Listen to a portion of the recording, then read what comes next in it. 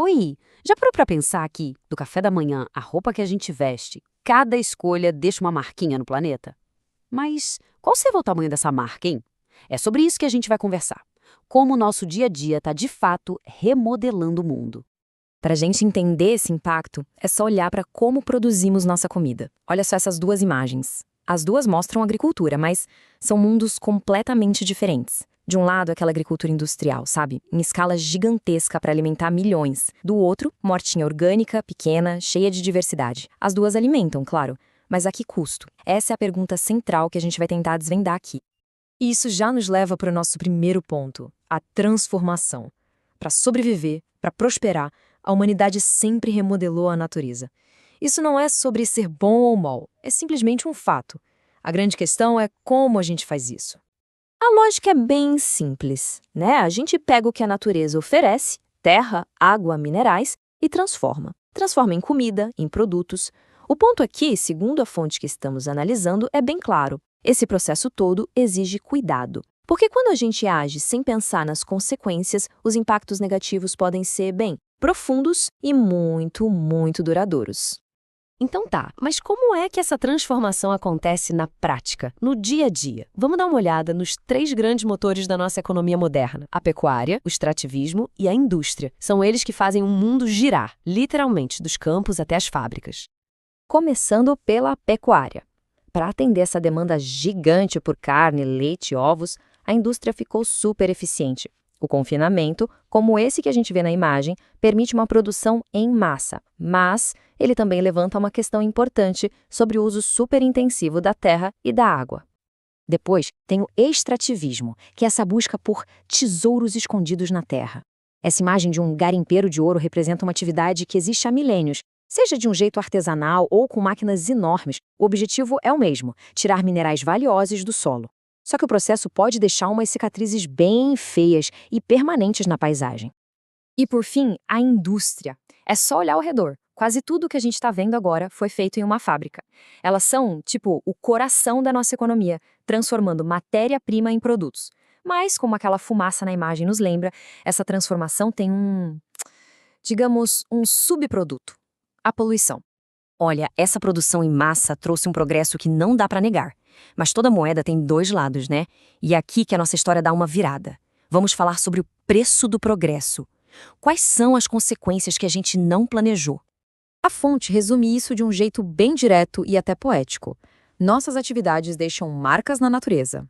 E que marcas são essas? Pois é, muitas vezes a marca mais visível e perigosa que a gente deixa é a poluição.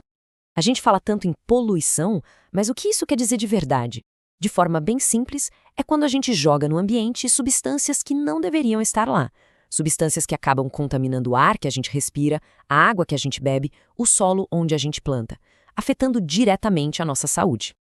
O legal desse slide é que ele desenha pra gente de onde vem o problema. A poluição do ar vem da fumaça dos carros, das indústrias. A do solo e da água pode vir do lixo, do esgoto. Tá vendo como tá tudo interligado? E tudo isso acaba afetando os elementos que são essenciais para a nossa vida. E aqui a gente tem um exemplo real e devastador. Essa imagem mostra o que aconteceu depois do rompimento da barragem de Germano. A lama tóxica da mineração não só destruiu ecossistemas inteiros, mas também arrasou vidas e comunidades. É um retrato muito forte do risco que se corre quando o cuidado não é a prioridade número 1. O problema da poluição é que ela não respeita fronteiras, sabe? A fumaça de uma fábrica pode viajar por centenas de quilômetros. Um rio contaminado leva poluentes até o oceano. Vamos ver agora o alcance disso e como a poluição afeta todo mundo, mesmo quem está longe da fonte original do problema. Parem para ver a história do rio Tietê, em São Paulo. Em 1926 era um lugar de lazer, as pessoas iam lá para competir no remo. Hoje ele é conhecido pela poluição. Essa imagem de antes e depois é um soco no estômago, né? É um testemunho muito poderoso de como a ação humana, com o crescimento da cidade, o descarte de esgoto industrial, pode simplesmente transformar um recurso natural.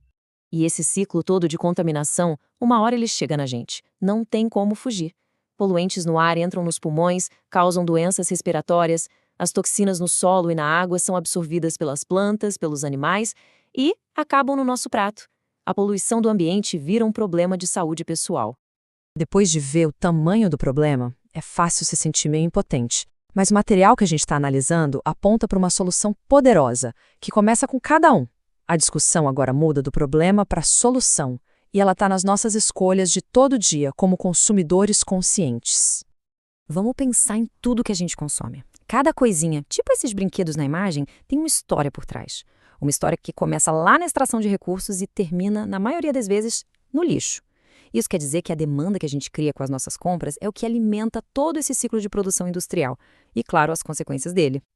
Então, o que pode ser feito? A fonte nos deixa com alguns princípios bem claros. Primeiro, consumir com responsabilidade, evitando o exagero.